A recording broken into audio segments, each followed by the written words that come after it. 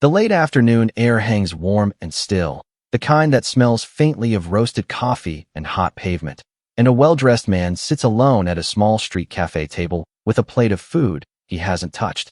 His jacket is neatly pressed, his watch expensive, yet his shoulders are slumped as if the weight of the day has pressed him downward. He stares at the empty chair across from him, the one he didn't mean to notice but can't stop seeing, when a soft shadow falls across the table. A barefoot girl stands there, thin dress, dust on her ankles, eyes too steady for someone so young. Her voice barely rises above the street noise when she asks, "Daddy, can I eat with you?" The word lands heavy. He freezes, fingers tightening around his fork, breath caught halfway in. He hasn't heard that word in years, not spoken to him, not in this voice. His gaze drops to the chair again, empty, painfully so, and something inside him cracks as a memory forces its way forward. A quiet room, folded hands, flowers that smelled too sweet, and a small white coffin lowered into the ground only 3 weeks ago. He looks back at the girl, at the familiar curve of her mouth, the crease near her left eye, and his hand begins to tremble. Because she looked exactly like someone he buried 3 weeks ago. Before we continue, tell us in the comments where you're watching from. We'd love to hear from you. And if you're new here, click on the subscribe button so you never miss any of our upcoming videos.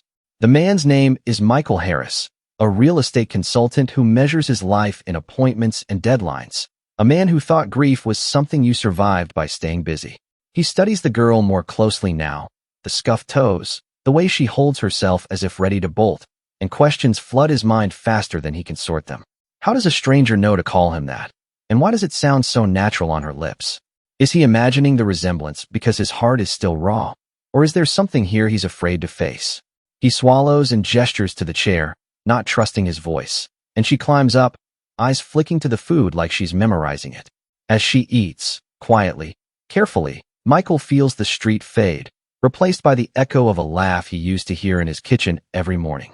What would you do if a single word reopened a wound you were trying to keep closed? And if you were sitting there, would you send her away or listen to what might come next? Daniel Hartman is the kind of man people describe as settled, the kind whose name carries quiet respect in rooms where deals are made and hands are shaken, yet none of that follows him to this cafe.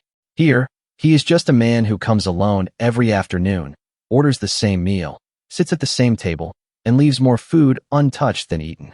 There is a heaviness to him that regulars notice but never ask about, a posture that suggests loss even though no black band circles his arm. He has the energy of a widower without ever having buried a spouse, the look of someone who learned how to keep functioning while something important stayed broken inside. He eats alone because eating with people requires conversation, and conversation risks questions, and questions risk answers he has never fully rehearsed. Each day, the chair across from him stays empty, and each day, he pretends that doesn't matter, though his eyes always drift there first. Have you ever kept a routine not because it comforts you, but because breaking it would force you to feel something you've been avoiding?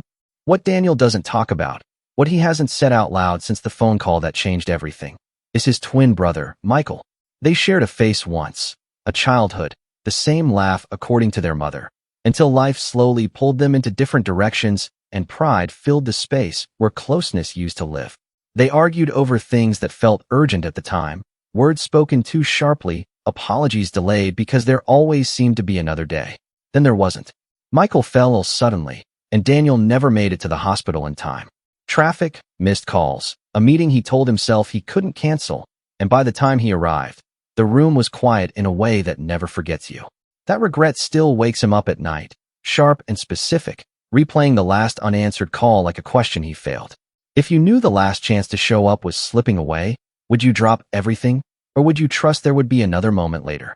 The girl, Lily, sits across from him now, small hands folded near the edge of the table, a worn backpack resting against her thin legs like it's the one thing she owns that matters.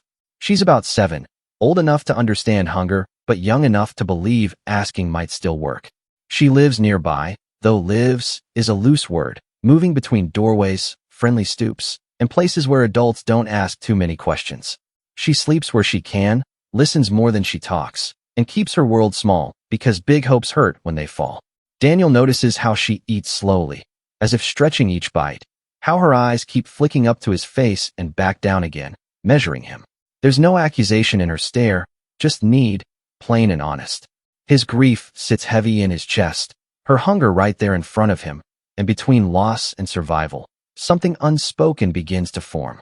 If you were Daniel, would you see her as a reminder of what you lost, or as someone you might still be able to help? People have begun to notice now. A couple at the next table slows their conversation, forks hovering midair. A woman near the window watches with narrowed eyes, not unkind, just curious. Behind the counter, the cafe owner glances over, then looks away, then looks back again, his expression tight with concern, calculating how this might unfold. Daniel feels all of it, the weight of being seen, the unspoken judgments that come when a man like him sits across from a child like her.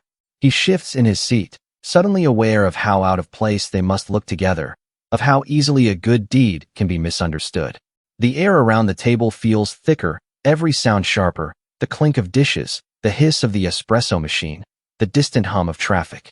He tells himself he could stand up, leave a few bills on the table, walk away, and let this moment pass like so many others he's chosen not to engage with.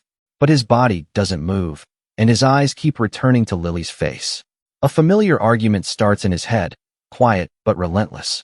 If I feed her once, will she come back tomorrow, and the day after that, expecting something I can't promise? If I ignore her, turn away like everyone else probably has, can I live with the memory of her standing there, asking so simply?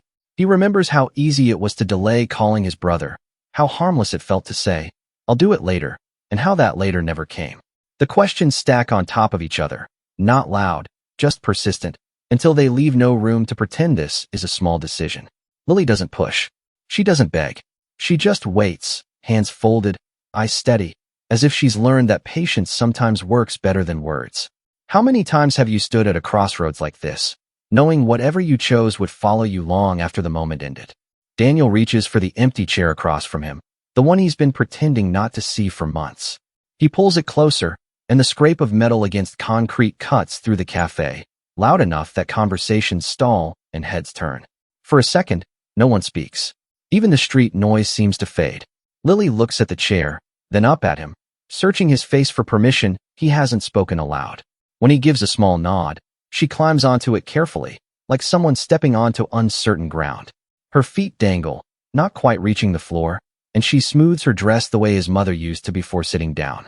Daniel feels something twist in his chest, sharp and unexpected, as if this simple act has reached back in time and tugged on an old thread. He doesn't know it yet, but in pulling out that chair, he has reopened a promise he broke years ago, one he made to always show up, and the consequences of remembering that promise are only just beginning to surface. Lily eats slowly, deliberately, as if pacing herself against an invisible clock only she can see. She tears the bread in half and slips one piece into the pocket of her backpack, careful and practiced, and Daniel notices because of course he does. He remembers doing the same thing once on a road trip with his brother, saving the best part for later, just in case. When he gently asks why she's doing that, she shrugs and answers without drama. For later, in case tomorrow is worse. The words land heavier than she intends, simple and honest in a way adults rarely allow themselves to be.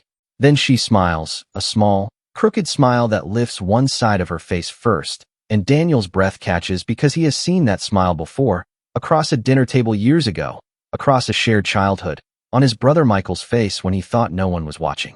It's the kind of smile that feels familiar before you understand why. Daniel hesitates, then asks the question that's been pressing at him since she spoke his name. Who's your father? Lily doesn't flinch. I don't know. My mama said he left before I was born. Daniel nods, but something inside him stirs, because years ago, he once knew a woman who said those same words, and he never asked what she meant. As Lily shifts in her seat, her backpack slips from her lap and spills open onto the concrete with a soft, tired sound.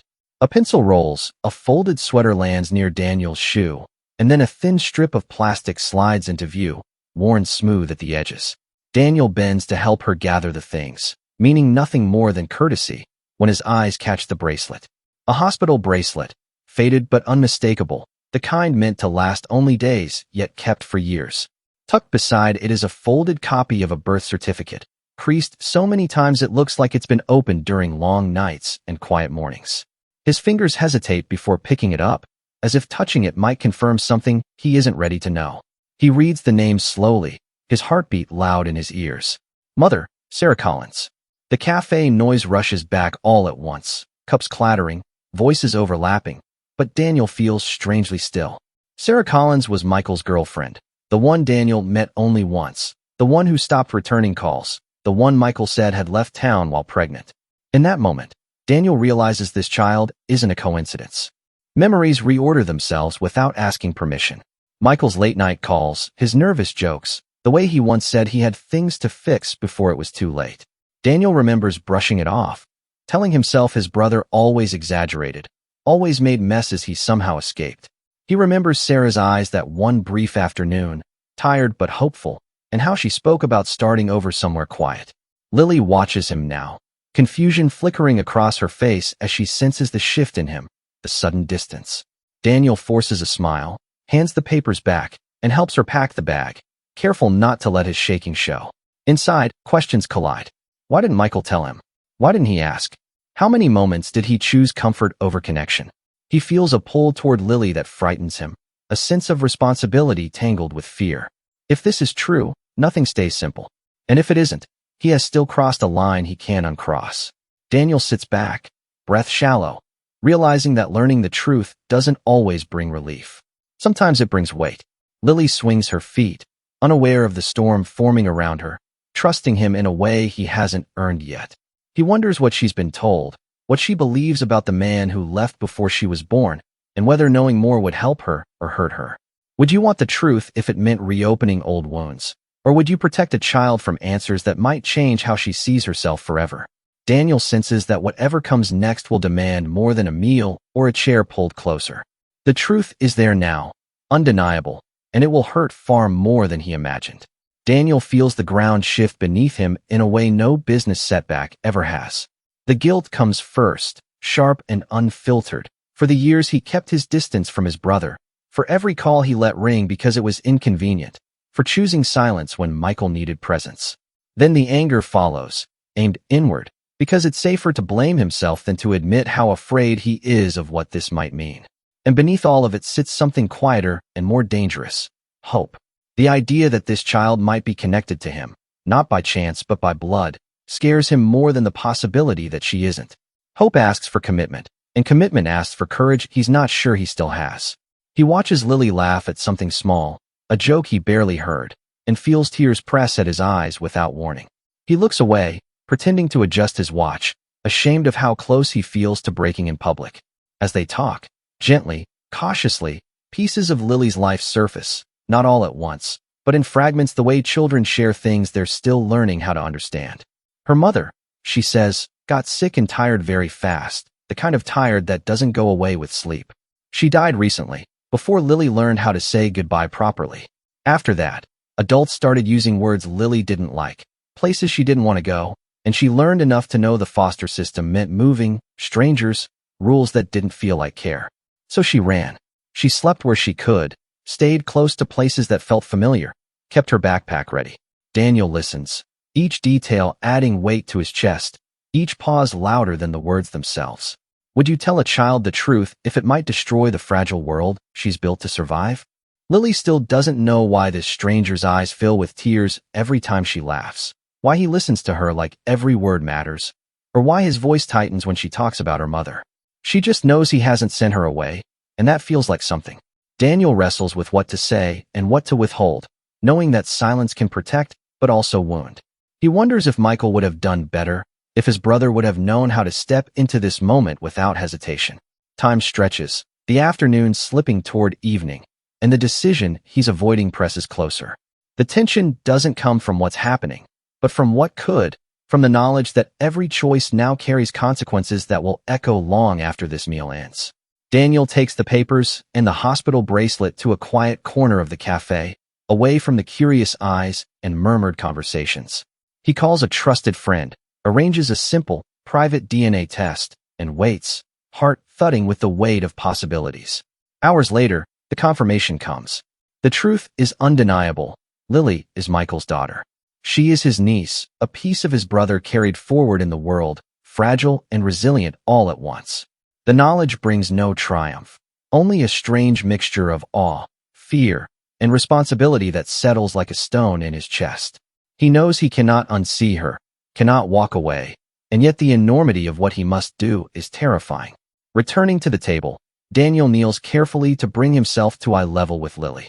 His voice is soft, deliberate, steadying, though every word trembles with emotion he can barely contain. "I'm not your daddy, but I'm family," he says. The pause stretches, a quiet breath between the weight of revelation and the innocence before it, and then Lily leans forward without hesitation. She wraps her small arms around him, pressing tightly, and whispers, "Then you won't leave?" In that hug, the years of regret, of missed calls, of unspoken words, and silent grief break through, and Daniel finally allows himself to collapse emotionally, tears flowing freely, a release he hasn't permitted himself in years. Every memory of his brother, every moment he wished he could go back to, converges in that embrace. And for the first time since Michael's death, Daniel feels a thread of connection strong enough to hold him upright. He holds her back just as tightly, understanding that this fragile trust, this unexpected family, may be the first real chance he's had to make things right. Over the following weeks, Lily's world begins to transform quietly but profoundly. She has a warm bed now, blankets tucked just the way she likes, a space where she can leave her backpack without fear of it being taken or lost. She attends school, her small hand clutching Daniel's as they walk through the gates, and for the first time in years, she feels the simple comfort of routine, of stability that doesn't feel fragile or temporary. Meals are shared without hesitation, laughter is unguarded, and evenings are filled with stories, both old and new. Daniel watches her thrive, aware that the small victories, finishing homework, making a friend, laughing freely, carry far more weight than he ever realized. Daniel finds himself returning to the cemetery, standing before his brother Michael's grave, Lily at his side. Together, they leave fresh flowers, and for the first time, Daniel speaks aloud the words he's carried in silence: forgiveness, love, and gratitude. The weight of grief lightens, replaced by something he can finally recognize as hope and redemption. He kneels beside Lily, sharing memories of her father, of childhood pranks, and quiet afternoons that shaped the man who loved her before he even knew she existed. In those moments, Daniel understands a truth he had always felt but never articulated. Family isn't always defined by blood alone. Sometimes it's a choice, a decision to show up, to protect, and to love, even when it's unexpected. And in choosing Lily, Daniel not only honors his brother's memory, but also finally allows himself to heal. One question, one chair, one moment of kindness changed two broken lives forever. In that quiet street cafe, a simple choice to share a meal, to notice a child, to show up, rippled into a lifetime of connection, healing, and love. Daniel and Lily's story reminds us that sometimes the smallest acts carry the greatest weight, and that courage isn't always about grand gestures. It's about being present when it matters most. What would you have done if you were Daniel? Would you have pulled out the chair, shared your food, and opened your heart to a stranger who carried a part of your past? Or would fear and doubt have kept you from taking that step? If this story touched your heart, like it did ours, give the video a like and subscribe for more stories that remind us what being human really means. Every story here is a chance to feel, to reflect, and to remember that even in unexpected moments, we can choose connection over distance, hope over regret, and love over fear.